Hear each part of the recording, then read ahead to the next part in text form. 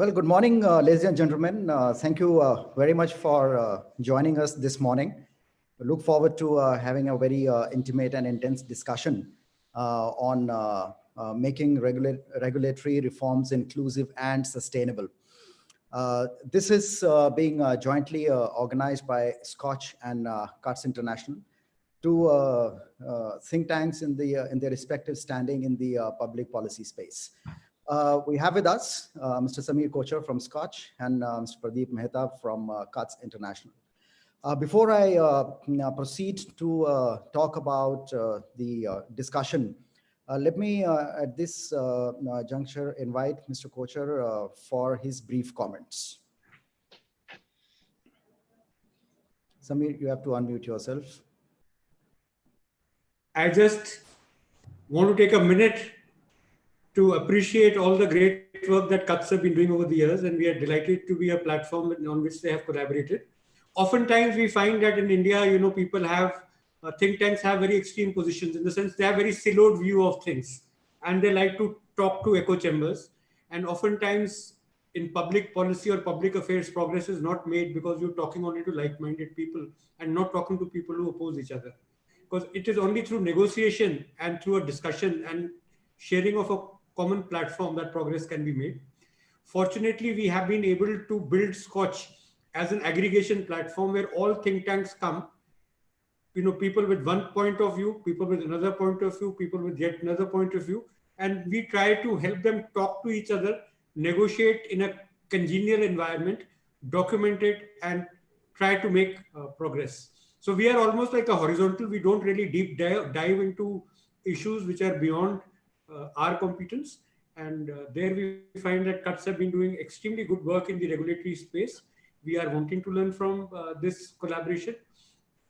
Inclusivity has been at the heart of what SKOCH has always done. And, we believe that unless and until the governance in India is participative and citizens' point of views included, the development cannot take place. For many, many years, we've talked about and argued, and even Arun Maira is here. Even in the erstwhile Planning Commission, we talked about bottom-up planning, and which was participatory, sort of panchayat level, you make a plan and that goes to district, it goes to state, which goes to center. But it's unfortunately never been implemented. But now is as good a time as any in the face of the odds that the entire world is facing. I think not just planning, but regulation and everything else that the country does as in the field of governance need to become a lot more participative. With that, I welcome you all, and I'm looking forward to learning from this very enriching discussion. Thank you, Samir. Just for the benefit of all the panelists and the participants in this roundtable, I'll try and explain as to what we are planning to achieve out of this discussion. The idea of regulatory reforms in India has become closely linked with ease of doing business. Several measures like reducing compliance burden, making it easier to start a business, hire, retrench, the large enterprises particularly. And, this is a universe which has captured the imagination. It has also been increasingly argued that the approach, particularly this one, has failed to consider concerns for informal entrepreneurs, small and medium enterprises, workers, citizens, who bear a disproportionate burden of our regulatory framework. Such worries in the current COVID-19 pandemic stage has only gained prominence, and it needs immediate attention. There is therefore a need to rethink on the approach towards regulatory reforms for making them inclusive as well as sustainable. How can this happen? The panacea to that is by making citizen well-being and sustainable progress as core objective of regulatory reforms and adopting a whole of government system approach towards design and implementation of such reforms. Towards this effect, an appeal has already been made in the form of a charter for nation's economic regulatory framework to the Office of the Prime Minister as well as Chief Ministers by CUTS International, supported by a whole a stakeholder group.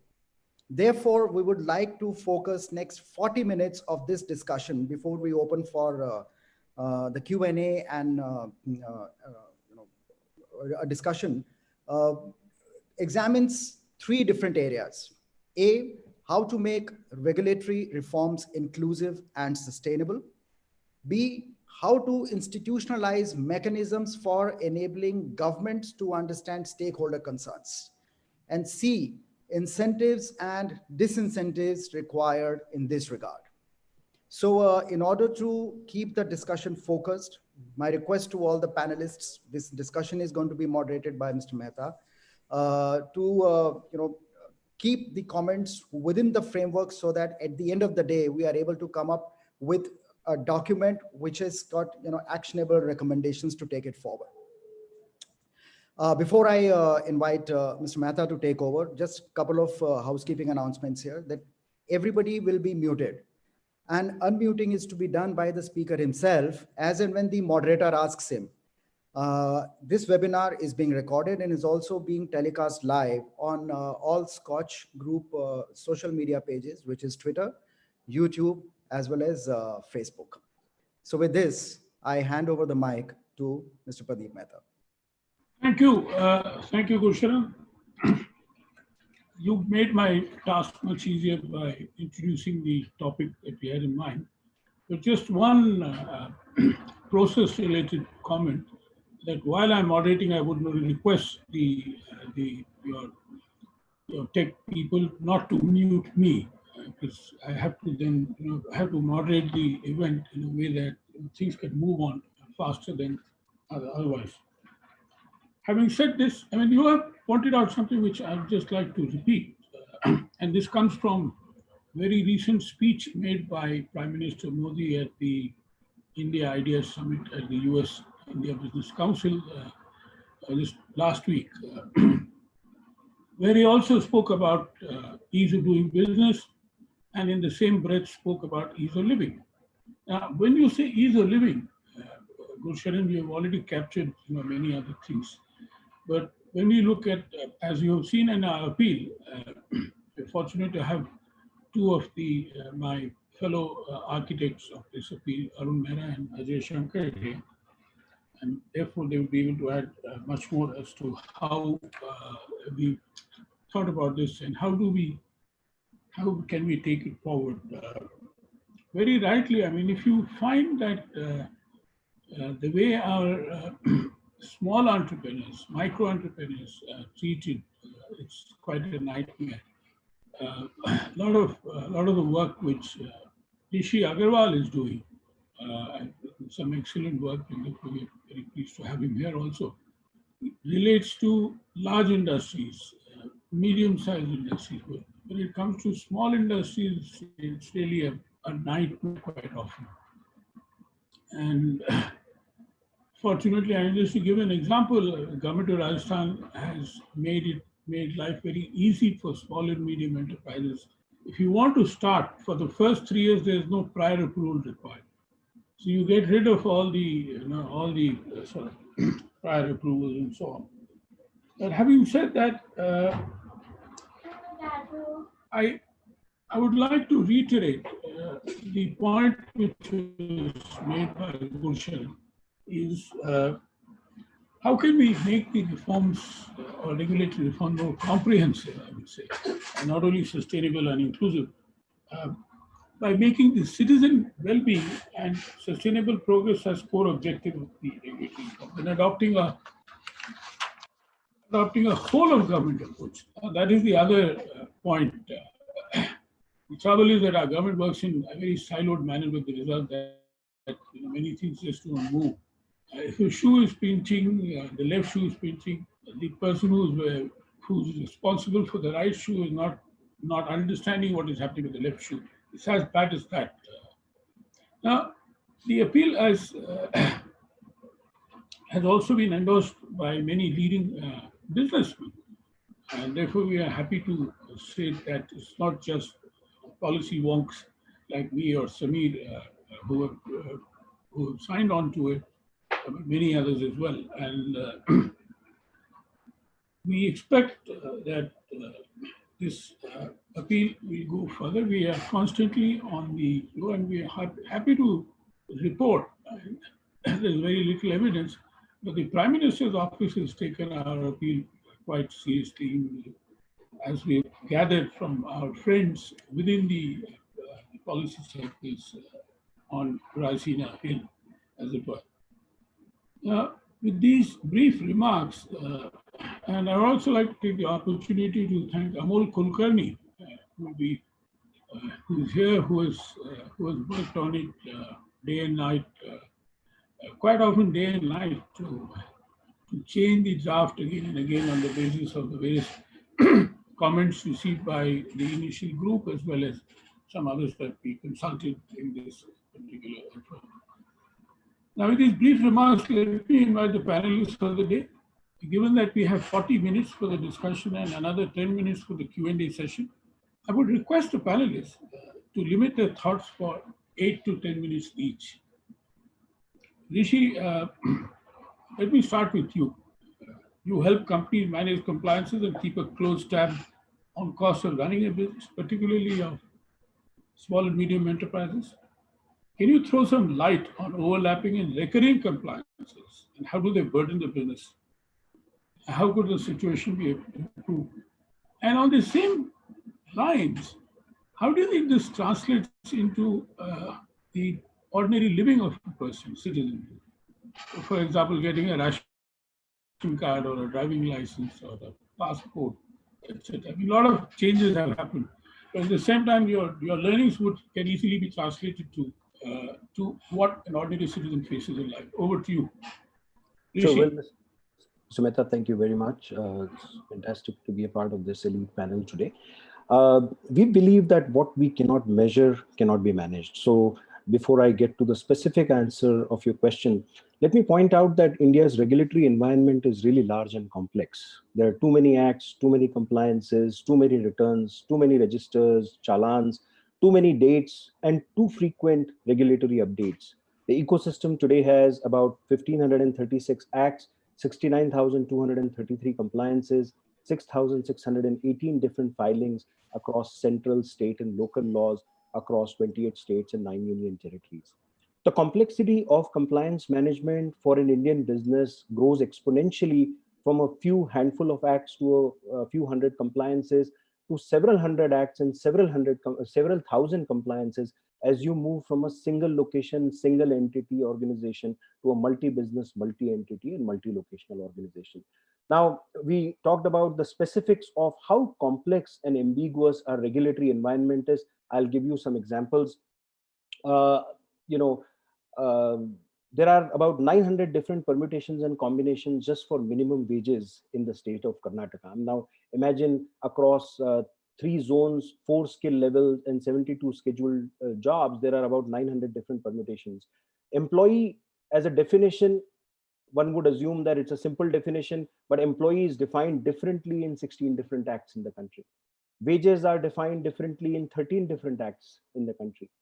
Muster rolls, which is a simple attendance register, needs to be maintained in 10 different acts, in 10 different formats. The BOCW, which is Building and Other Construction Workers, Contract Labor Regulation and Abolition Act, Factories Act, Minimum Wages Act, Payment of Wages Act, National Festival Acts. So there are different formats for some of these. Accident register, as simple as accident register, is required to be maintained at least in 4 acts. ESIC, Factories Act, Workmen Compensation Act, and so on. Permissible overtime varies from state to state. The daily, weekly, and quarterly levels are different for each other. There are different number of holidays required by law in different states. Earned leave, sick leave, casual leave, national and festival holidays leave. There are 3,000 regulatory changes that happen to environment in a year. These changes are published on 2,233 websites in multiple different languages. There is no simple way. Where I'm going, Mr. Mehta, is there are 63 million enterprises in the country. And believe it or not, there are only 1 million who are formal enterprises who pay social security, out of which only half of them, which is 500,000 of them, are actually actively paying social security. Only 12 million pay GST, out of which only 70,000 have a turnover of 5 crores and more. So you can imagine that there's something not right with the environment that we have created. We incentivize remaining ultra small, informal, whereas time and again, it has been proven that formal employers are far more resilient. They have access to institutional capital. They have access to better productivity tools and better mechanization. They improve productivity and hence improve wages. And in my opinion, this is a real problem. The number of compliances are just way too high. We really need to start thinking about it, create a compliance commission in the country, and work with a very focused 90 to 180 day reform agenda where we need to slash it by at least 50 to 75%. There's no need to have so many acts and compliances in a country like ours.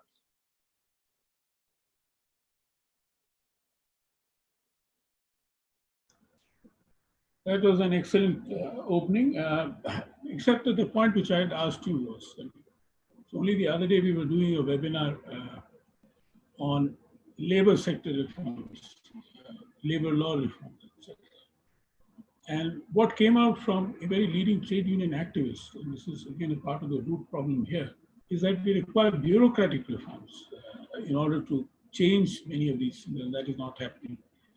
Bureaucracy tends to, I mean, as Manish Sabharwal says, that what is not permitted is prohibited. It's the kind of mantra which follows is very peculiar. I forgot to thank Samir for his welcome remarks. In terms of, we are very delighted to be partnering with SKOCH Foundation, who we think has been doing a splendid job for many years, and I've been on that platform many times. And in fact, this particular event is a part of a series that we'll be doing together, ending in a major conference sometime in September. Having said that, may I turn to Mrs. Phookan. I mean, you have set up 2 companies in travel and tourism sector and work closely with women entrepreneurs across the country as president of the FICCI Ladies Organization. From your experience, can you highlight challenges faced by women particularly and other entrepreneurs in navigating the regulatory maze and getting their voices heard by the government? Do you think digitalization can solve a lot of these problems? How do you propose to bridge the gap between policymakers and small entrepreneurs? Over to you. 8 to 10 minutes, please.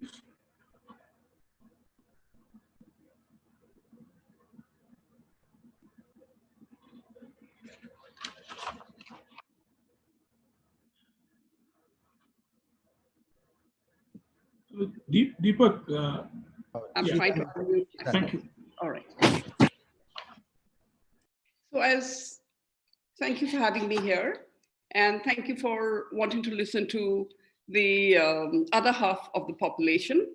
In a country of 1.3 billion, 49% are women, but we find that there's only 8 million entrepreneurs who are women out of male entrepreneurs, about 50%, over 50% are male. So in those circumstances, and the fact that we do see in the economic survey of 2020 that 60% of India's women are still at home. They do unpaid labor and they do household work, but they're not being taken into the value chain. So we at FICCI work at 3 levels. Where we talk about women's inclusive growth, we're looking at the grassroots, the urban sector, and the corporate sector. And everywhere, the government is doing its best to pull up the women, but like we've all are discussing here, the regulatory maze is there. But let's talk about the positive news first. That with all the help of the government, we have a larger amount of women in startups. I think as per, they're about close to 38% are, about 50% of women entrepreneurs started their businesses at the age of about 25 to 30. And about 71% of women employing more women now, 5% or less or more people in it. And about 73% of women entrepreneurs are reporting a revenue about 10 lakhs. But largely, we can see that women have a very small, they're mainly in the micro entrepreneurs. We've been told that if you add about 14% of the business establishments in India are female entrepreneurs. That means 8 million out of the total of 58.5 million entrepreneurs. And the problems which have been there in the regulatory maze that we are talking about and how to navigate it, the challenges have always been, but are getting mitigated. But the standard challenges are what we've been spoken about by the previous speakers: registration of companies, the tax compliances, trying to get the knowledge, cobble the knowledge together about all the incentives that exist in the MSME startup ecosystem, in the SME sectors. There is information, there is a lot of schemes around there, but there is still a mismatch. It's still not connecting. Women need good legal support. The banking scenario, we all know that there is a collateral-free loan for women, still difficult to access. Women can't show property in their own name, but the government has worked towards it on paper. But there is that big challenge. And the others are the usual market linkages, which have failed, lack of organizational skills for women. They need more tools to financial and digital literacy. And women have also suffered from, traditionally, from the poor support systems, that they need a reliable care economy to be able to go out and work, hence India's statistics. Women need more health and business insurance plans. Women need to build the network. They need incubation for the ideas and the new startup horizon, and they need more mentorship. So from FLOW, from the organization that it's 36 years today, and I'm the 37th national president, we have been taking cognizance of this over the years, and we're working at different platforms. We have spoken to the government on the key issues which are right now in COVID times, looking at the sustainable livelihoods which are impacting women. We are not going into the whole, the gamut, but the key COVID impact analysis that requires to be done for our industry are where women are involved: agriculture, handloom, handicraft, and the small businesses, micro, nano enterprises, and the tourism, that sector that I belong to. We find that there are schemes aplenty, but like I said, the mismatch is the problem. So from us as a body for Women's Chamber, we are trying to bridge this and bring it to the government. We've been in touch with talking to the petroleum minister and asking for women-led enterprises to be given reservation in the rural state, urban, in the fuel stations that they have across the country. If they can give that outlet, which would help the NRLM as well to come in, National Rural Livelihood Mission. The whole problem everywhere we find is the market linkage. So if they have this outlet and women would help the other women, connect them through these fuel stations, outlets across the country, and be able to sell their produce, manage their work there. And we've asking for reservation for women in the distribution of the LPG, of CNG, where they're allowing the buying on the distributorship, and to be able to train them further in the deliveries and the training. The ministry had spoken about the Ujjwala Didis, what they call the beneficiaries, which I thought interesting. When they gave out the free gas cylinders to the women, they also created an army of women who were there as the Ujjwala Didis, who could go home to home, help them with the gas installation, help them to do their technical, the upkeep of the cylinders, speak to the women of the house. And yeah, so that was another thing. So we at FLOW are also trying to, in our way, in the rural sector, adopt a village each. Out of my 17 chapters on the country. Can I ask you a very specific targeted question? All right. You find that, in dealing with the regulatory maze, women's are they discriminated against, or is there a separate treatment meted out to women entrepreneurs? I'll give you an example. This happened in Lucknow. A young lady entrepreneur was sanctioned a loan of 5 lakh rupees under the Mudra Yojana. Yes. And the manager said, I will only disperse the loan when you give me 50,000 rupees. And she was crying when she was narrating the story to me. I'm giving an example. Yes. It could have happened even if she was not a woman. Exactly. It has happened. This is one serious problem in our country is corruption. And but that's a 70-year-old history behind it. So that's what I would like to address it with a bit of optimism, because I'm sitting in we are running out of time, actually. All right. So quickly to tell you about the tourism industry, which I also come from.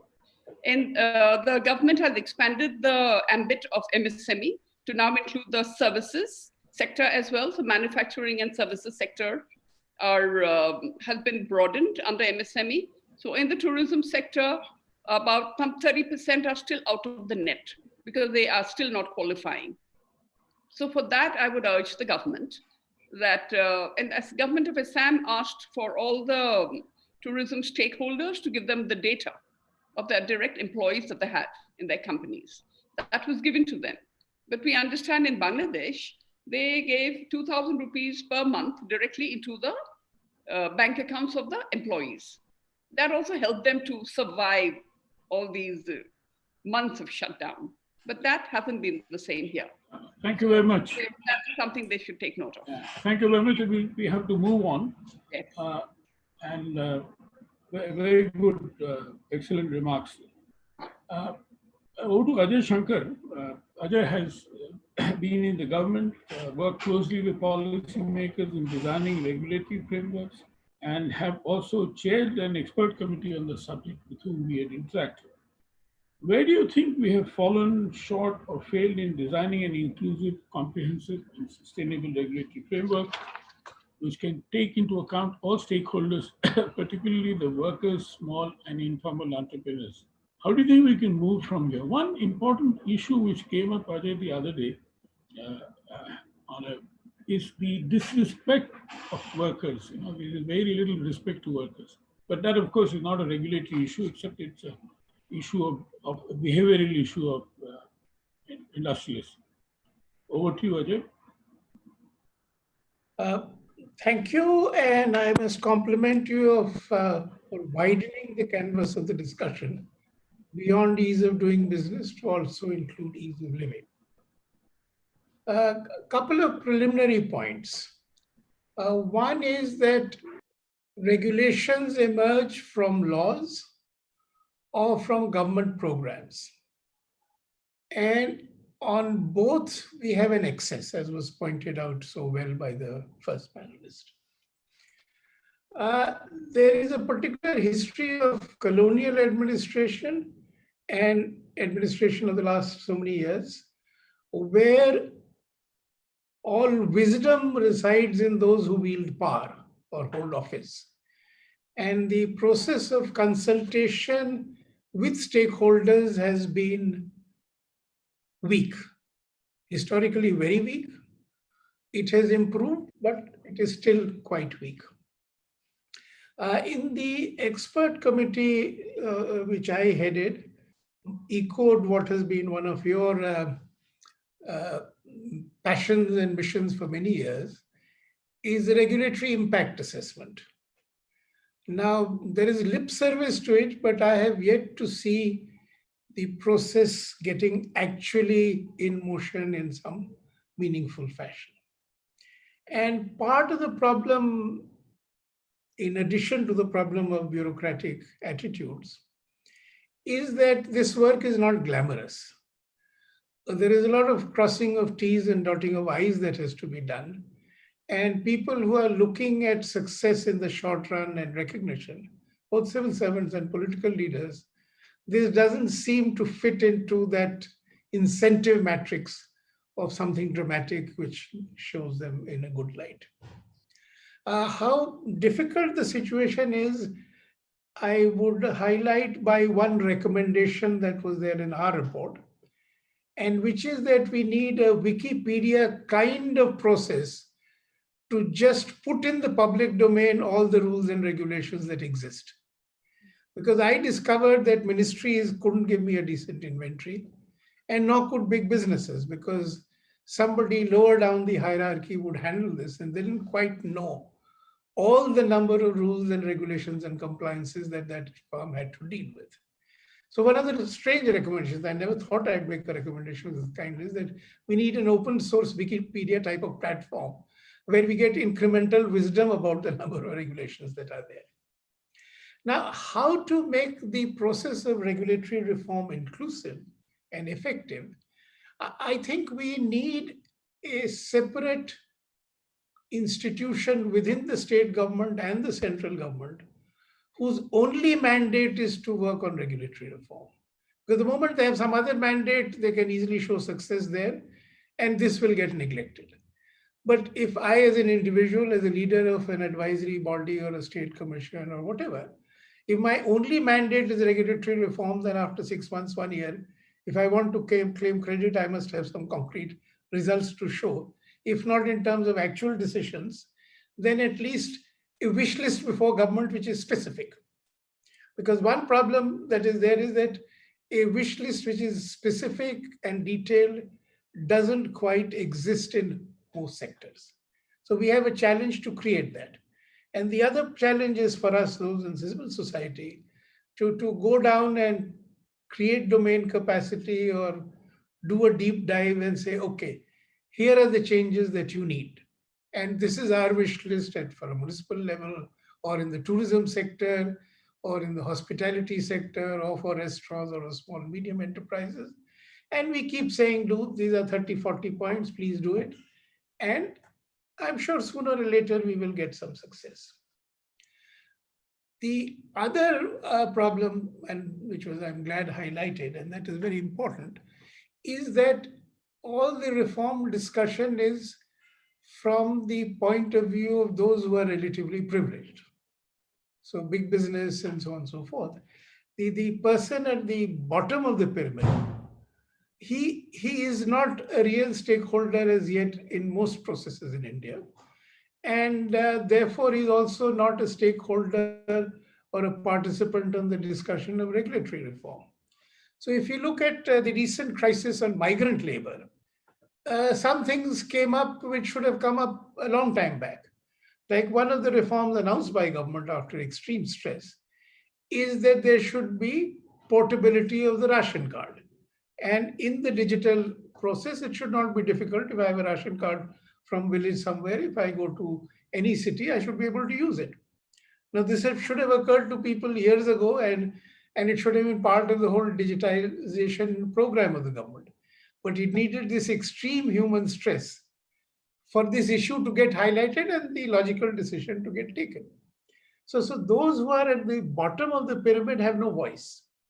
And they're also not organized to think or have voices. So I think the responsibility on people like us in civil society is a bit higher to engage with them and think on their behalf and articulate their needs and get their buy-in on that. I mean, a lot of people have done very good work in the handicraft and handloom sector and artisanal sector, and there some wish list does emerge from NGOs that please do this, and life could be much better. But at the bottom of the pyramid, in terms of the urban worker, the micro enterprises, the self-employed, those who are street vendors or those who are trying to do something in the lower areas, the voice is very weak. And the voice from the point of view of citizens and the ease of living, that voice is even weaker. So if I were to take just one example, air pollution in Delhi is so bad that we have a health emergency and we are being criminal to ourselves. But the articulation that this is a crisis, that these are the facts, we need to do something, has been surprisingly weak. And so because of that weakness, we have a government program which talks of an action plan, not a mission, and talks only of 25-30% reduction in air pollution, rather than saying that in 5 years we'll get clean air. So on the environmental side, all of us pay a very high price. but the articulation of civil society is not there. And if the articulation is good enough, we will present before political leaders and ourselves as citizens the trade-off between money. Do you spend so much money on air pollution, or do you spend so much money on flyovers? So that kind of discussion will become much better if some more detailed work takes place. Thank you. Thank you very much. I think this is, the point which you're making is something which our elected representatives should be engaged in. The councillor, the punch, etc., including MLAs. If not, I mean, you don't have to go to an MP. But what we do find is that the machine, the political machinery has also become so uncared. They only come at the time of vote to come and talk to the people. I'll give you a small example. There is a gardener in my colony who comes from Bihar, and he could not get a cylinder under the Ujjwala Yojana because his Aadhaar card was there from Bihar. Now that doesn't stop him from proving his point that he's here. But this is how it is. So until I could help him, but otherwise he was burning firewood all the time. I'll just give you one small example as to how officials treat them. And I will end because there are 3 questions. So the last one I would like to also address, which is incentives and disincentives. So now we have rankings of the World Bank on ease of doing business. Now Niti Aayog has become very fond of ranking people on all kinds of indicators and competition of states. So if as civil society we could generate a matrix by which we could rank people and go public, that on regulatory reform, these are parameters, this is how you are faring, we are open to correction, maybe we've done injustice to you, we're not being fair. But when it comes into the public domain, then the problem of the MLA and the MP and the minister taking it seriously will, to some extent, start getting addressed. Because I would not like, say, as Rajasthan or our government in Delhi, to be at the bottom of some ranking on regulatory reform. I'd like to be somewhere on top. I mean, I may game the system, I may do cosmetic things, but at least I'll start paying attention to it. Today, nobody pays attention. Thank you very much. I think the very important point which you made about having a body dedicated to regulatory reforms at the center and states. This is something which we had recommended under Arun Maira's leadership. So had our expert. Yeah, also. Yeah. No, I know. I'm coming to Arun Maira, so I'm just trying to draw a linkage between what you said and what we had done under the leadership of Arun Maira when he was member of the Planning Commission. They developed a national manufacturing plan, and there was a separate big section on business regulatory reforms, including the recommendation that state level and central level bodies should be set up. Now, of course, we have since evolved with that, and we are now request Arun to tell us that how difficult it is to make different government departments to listen to each other and work with stakeholders. You have written excellent books also. I mean, yet you have called for a whole of government systems approach to regulatory reforms. How do you think this approach can be implemented? Why would different government departments come on board? What incentives and or disincentives do we require to make this happen? Over to you, Arun.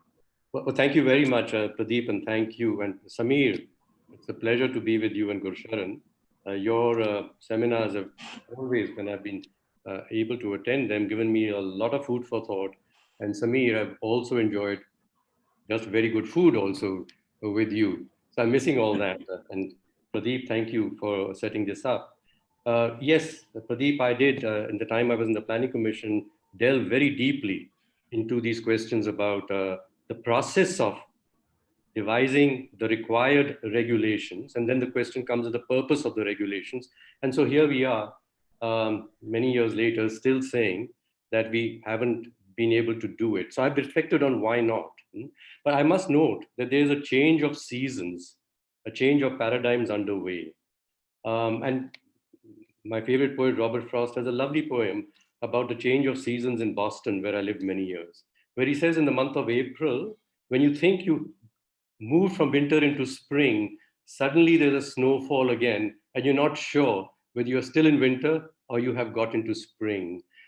I'm noticing in the last few months, especially because of the pandemic, but even before that, for a few years, since particularly the financial crisis, that there were signs of a new season and that the old season might pass.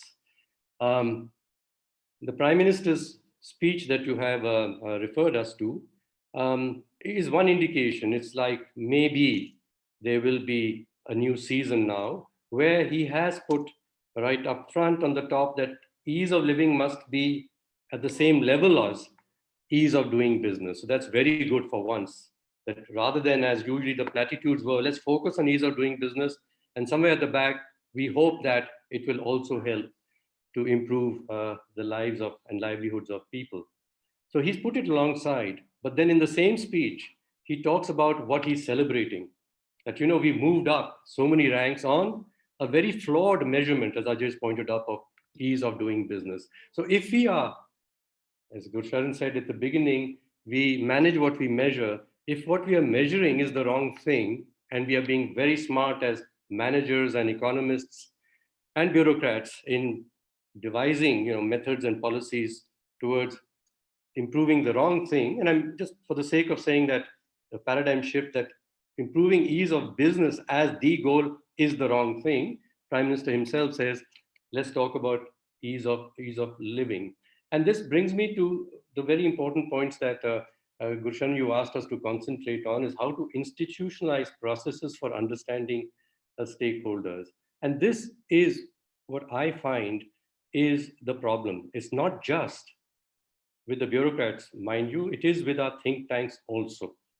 The processes that we use are not designed to really listen to people who talk about other things than we think are important. And they talk not in numbers perhaps, and they talk in phrases which don't seem educated to us. But that is what we have to develop processes for, to listen, to deeply listen to, especially those who have been marginalized in the policy space, and also, as we can now see, in the economic development process the last few years.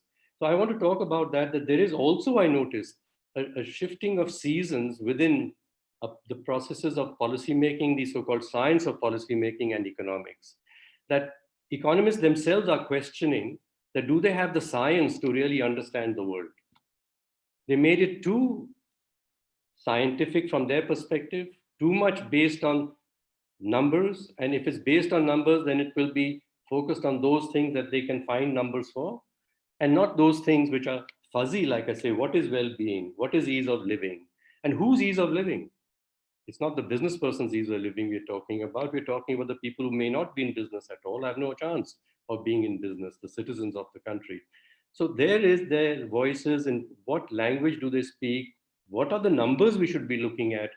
Unless I'm going to say, the policymakers stop asking the think tanks to give them good scientific studies of the problem, we will not change how policy is made and how it needs to be made to really improve the well-being of citizens and the quality of the environment in the country.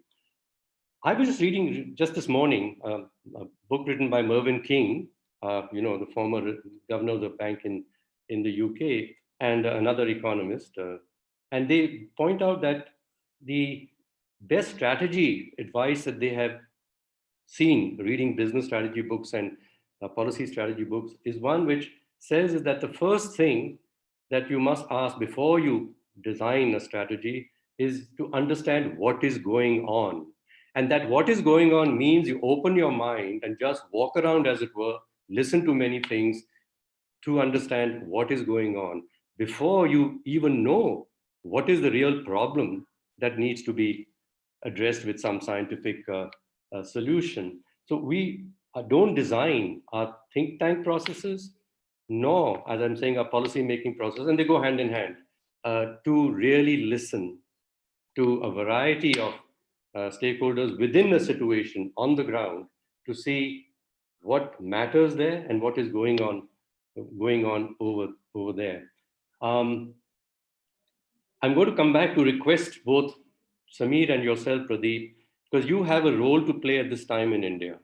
You are both Indian think tanks, and as Sameer said, he has always been saying, I don't take a stance, whether it's favoring trade or favoring labor laws or favoring something. Bring people together to put many perspectives together to see the whole beast, as it were, the whole government's requirement to solve, and put that together. And Pradeep, you, I know, have been getting to the ground and to hear the voices on the ground to do this. So there is an opportunity for us in India to create a competency to deliver against what I'm very fearful of. We can create those cells, like we've asked, and Ajay's asked, and we had asked Pradeep earlier, in the state governments and even in the center to focus on regulatory reform.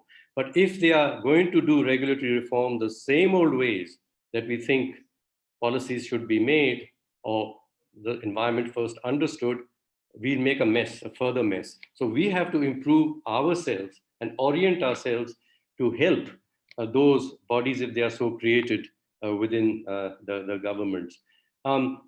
Hearing Ms. Phookan, I thank you for being one woman here and hearing you.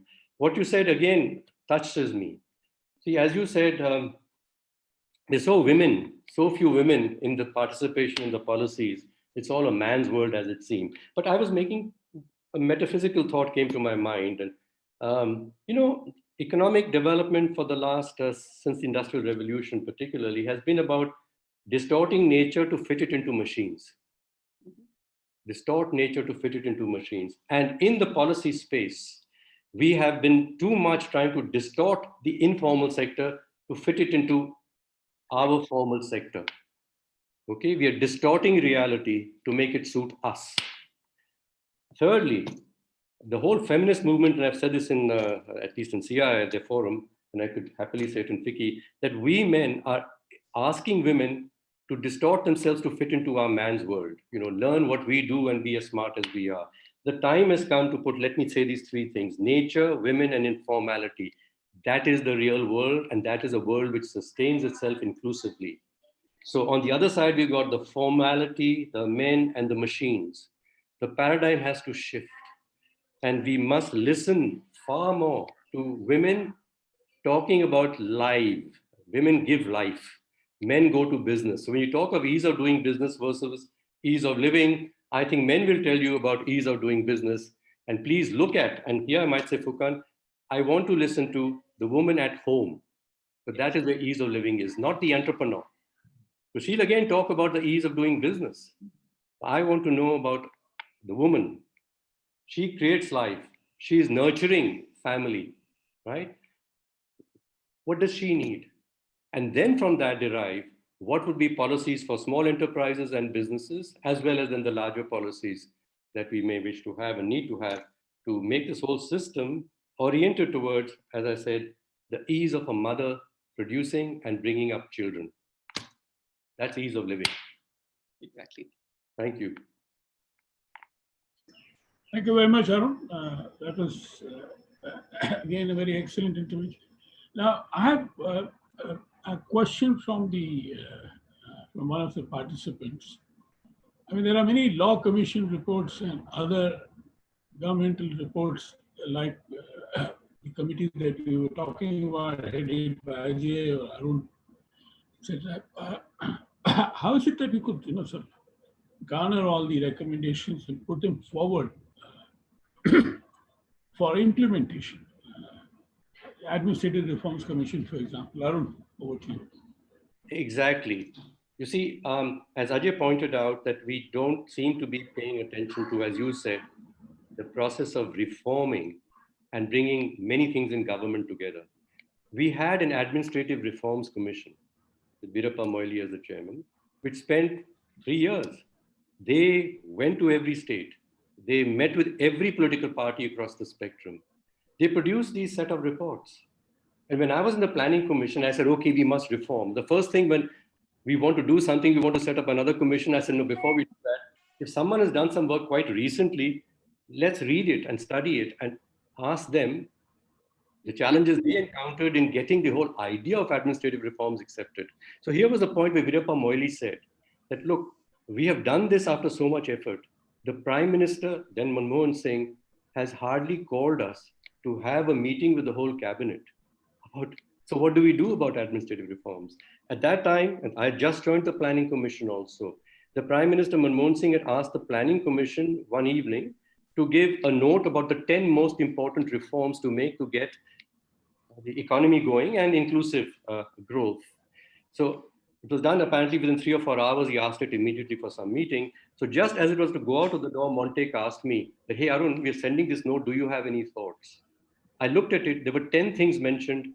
9 of them were to do with financial sector reforms and banking sector reforms. If that's all that we focus on, and that will solve the problems of the world. And please keep noticing that I'm saying again, the administrative reforms, even since then, you and I have asked, please pay attention to this. Does it ever receive attention? And I'm saying it's about the economists again and the policymakers. They're glorifying the financial economy and the big business economy.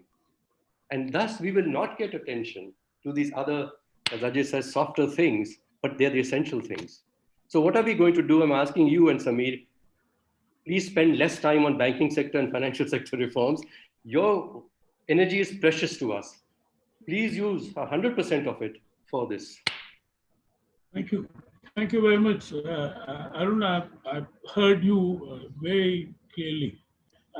Rishi Agrawal, the last word to you. Please go ahead, sir. Rishi, would you like to comment before we conclude? So, sir, where we come from, we look at regulatory compliance, which affects micro, small, medium, and large enterprises. Unfortunately, anybody who's informal today, from a regulatory compliance perspective, the load is almost not there because they are informal. There is no ESI, PF, PT, LWF, or any other labor law. There's no direct tax. There's no indirect tax. And that's, I would like to submit that that's one reason why they continue to stay small. They never are able to grow. They continue to languish in poverty because they don't have access to institutional capital. They continue to stay less productive and so on. India has always had this 8% or so unemployment rate since independence. So that hasn't changed a lot. India doesn't have a jobs problem. It has a wages problem, and wages are directly related to productivity. So we submit that in order for India to go on ease of living, people have to start making more money than they make. And that will not happen until, out of the 63 million enterprises that we have, the number of formal enterprise go from 1 million to 10 million. And that's where they'll be more resilient. There'll be access to institutional capital. They'll have more productivity, more tools, more training. Crisis like COVID, they will respond and recover better. And to that extent, in order to incentivize companies to grow, my submission is that we need to take a look at these 69,233 compliances, and with a flick of a pen, ask ministries and departments to look at cutting them into half. And it's possible. There's so much duplication out there. We definitely think it's feasible, it's possible. And if we can build Aadhaar, Setu app in less than 15 days, if we put our mind to it, we can go ahead, reform it, digitize it, and significantly improve the ease of living in this country by improving ease of doing business and promoting formal enterprises. Thank you. Thank you very much. Ajay, you were asking for where could you find a repository of all the compliances and so on. Here it is, being done by Rishi under the leadership of Manish Agrawal. It's all there, and they do it technologically. It's not manually, otherwise it would be impossible. I'm so glad to hear that, because this is, but we didn't know when you were running the committee. I didn't know. But again, the point is that those who are experiencing the burden or this regulatory framework or this regulatory compliance requirement, their voices need to be heard, articulated, and carried to decision makers. And my own view is that 50-60%, no, but we need to probably get rid of 90% of what is there on the statute. Because you see, we have settled into an equilibrium where those who have to enforce regulations are very happy, because the space it has created for rent seeking or corruption or harassment is huge. And if you look at this awfully tragic incident which happened in Tamil Nadu recently, where the two people died in police custody. Yeah. I mean, clearly there was this regulatory violation that probably the shop was being run where it should not be run, because all roadside shops in India are being run illegally because none of them have formal permissions. As having handled this business of unauthorized construction, I had this conversation with a very wise boss who said, well, Ajay, you are right, unauthorized construction must go, but do you really want to demolish 2/3 of the city of Delhi then?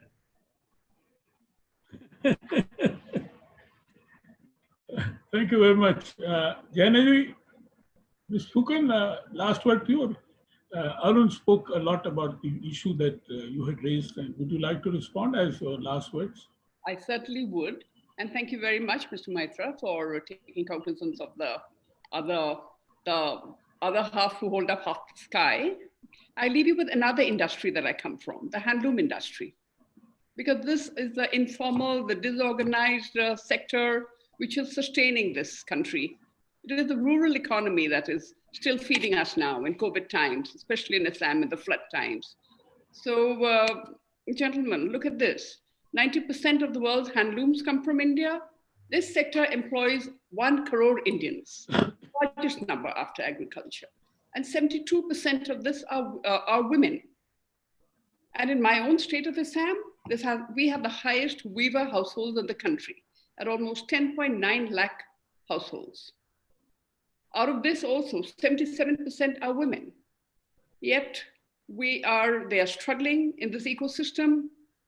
Now with the flood in COVID times, there were no sales. They are literally out on the streets. In floods, they're even worse.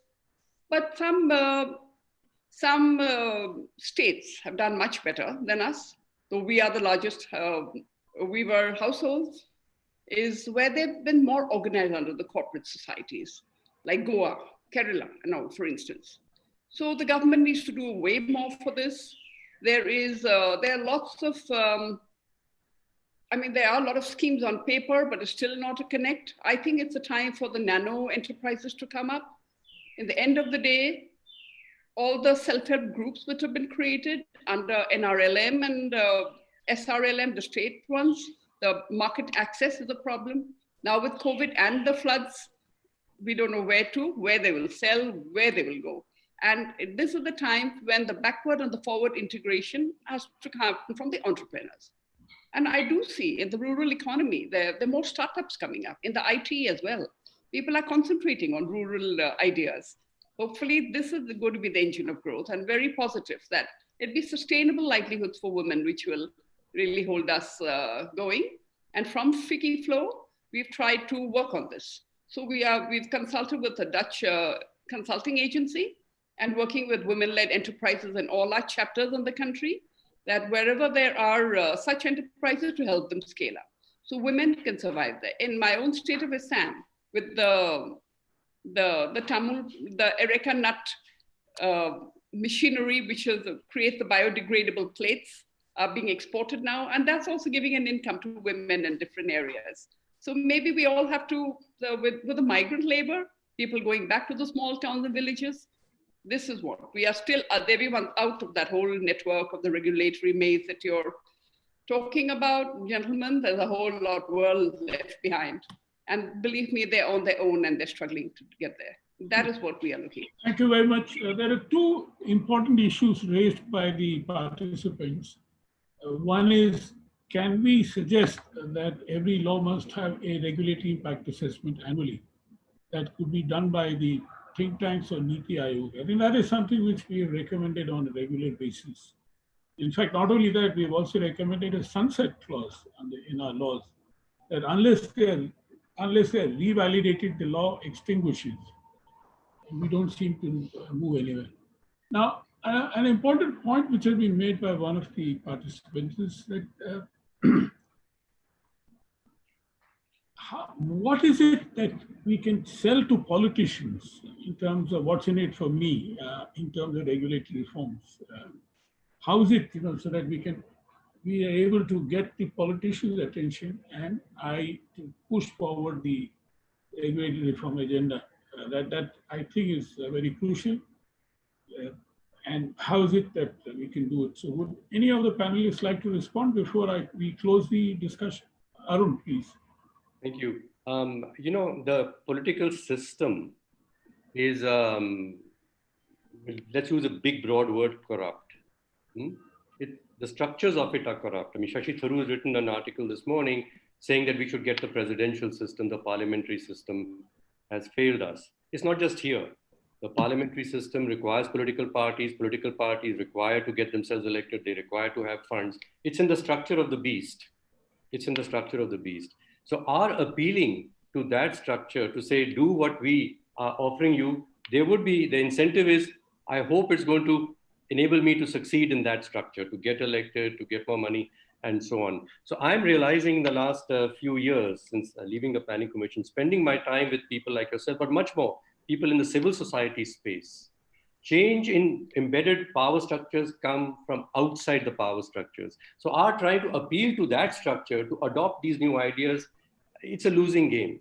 You have to put pressure on it. And yes, your ideas pressure, you're putting both of you, Sameer and yourself and others too. But that has to be supported by civil society.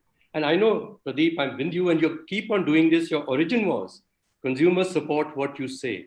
So don't too quickly start to put your idea before the politician to say this may be good for you. Spend a lot more time to get the civil society to say this man and these ideas are our ideas. Then the politicians have to pay attention, as we're finding everywhere, because they have to then go with it. So it's for yourselves, I'm saying. I think the time has come for good think tanks in the country who are saying we want to change the basic structures, like you're saying, how reforms are made, for example, and that the bureaucratic system should be more effective than it is. You cannot ask, like we're trying all the time to tell bureaucrats to change their system. They've got a vested interest to keep it like it is. So unless there's much more pressure from outside the establishment, it will not change. So the language, again, I come back to that, the engagement of people in the reforms is how you're going to get their support. They know that you're listening to them. ये तो हमारी सुनते हैं, तो ये जो कहेंगे, तो हम उनके पीछे हैं. हाँ, पर आप उनकी सुनते हैं कि नहीं सुनते हैं? And many people are asking this, who are these damn think tanks who are speaking on our behalf? Have they ever asked our permission to speak on our behalf? Do they even know what our life is? Thank you. Thank you very much. With that, we come to an end this very interesting roundtable. And as I said earlier, that this is, thank you. And this is going to be part of a series. This is the first of the series, and I'm glad that we had an excellent discussion. And I must thank each of you participants personally, but there is a formal vote of thanks to be done by Rohan Kochhar and Amol Kulkarni from Cuts, Rohan from SKOCH Foundation. And let me hand over to Rohan. Rohan, over to you. Thank you very much, Mr. Mehta. At the outset, I'd like to congratulate you on what I thought was a fascinating panel discussion, starting off with Mr. Agrawal, who explained this complex cobweb of compliances that we have to deal with in India, going over to Ms. Phookan, who spoke to us specifically about the challenges in terms of support systems and lack of access to care economy and sustainable livelihoods which women face. Mr. Ajay Shankar, who spoke to us extensively about how political and bureaucratic incentives are misaligned for extensive regulatory reform. And he said that there is a narrative capture of the reform process by the privileged, and therefore we must look at the bottom of the pyramid, which needs greater representation. And your observation here, Mr. Mehta, was actually quite interesting, where you said that only at the time of voting will they be heard. And I think the call that you have issued for regulatory reform is not just a call for regulatory reform, it's one for rethinking of the social contract and how democratic assets can be made more liquid and more responsive to social problems. And this is also where Mr. Maira, with his observations about processes and regulations and purpose, came in and said that should we be measuring what we are measuring, and should the process for all stakeholders be similar? How do we listen more to the marginalized? And I must say that since an early age, ever since I was an intern at the Planning Commission, perhaps, I've looked up to Mr. Maira, and I've also looked up to the fact that Indian policy making is so vast and diverse that we must bring our perspectives, and everyone at SKOCH, at least every employee, spends a particular amount of time every year at the grassroots to try and understand what the last mile issues are and spend time with societies that are marginalized to understand the on-ground impact of what's happening. I must congratulate CUTS for what I think is a fantastic initiative which they're undertaking, and thank you very much to each and every panelist that came here today and enriched all of us with your inputs. Thank you very much. Amol Kulkarni. Yes, thank you very much. And let me thank all the panelists and the participants on behalf of CUTS International to attend this seminar and for some valued thoughts which have been made, particularly with respect to listening or different stakeholders and the process of listening. We assure you that we are not only talking about creating structures and bodies like Regulatory Reform Commission, but we are also trying to work towards building capacity for listening. For instance, we have done a lot of work on regulatory impact assessment to build awareness and advocacy and generate evidence of value of regulatory impact assessment of different regulations. In addition to that, and as has been also explained by Mr. Mehta in the appeal that has recently been issued, we have issued a call for a three-step test for testing regulations. The first step is to test whether regulations are legal, for instance, whether they have any statutory backing, whether they are necessary, would they be achieving their objectives, and are they proportional? And for instance, the proportionality test is not just for formal enterprises, but also for women, marginalized and informal groups. We believe that this institutionalizing these processes can help in listening better and listening more to people who have been marginalized and have faced disadvantaged of the regulatory system. And we have pursued different state governments and central government to institutionalize such mechanisms, and we promise to work more in this regard. With that words, thank you very much to all.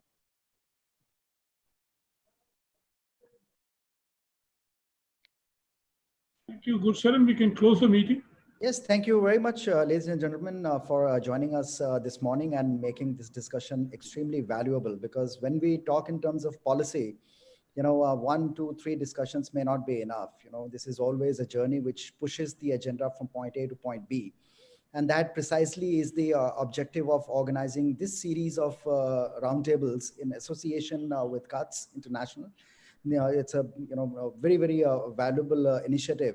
And at the end of not only each of the discussions, but also the distillate that we arrive at the end of the series, I'm sure it's going to lead the way for a whole lot of stuff to be followed up in future and making the regulatory reforms viable and acceptable. Thank you very much once again, and see you soon. Thank you very much, gentlemen. Goodbye.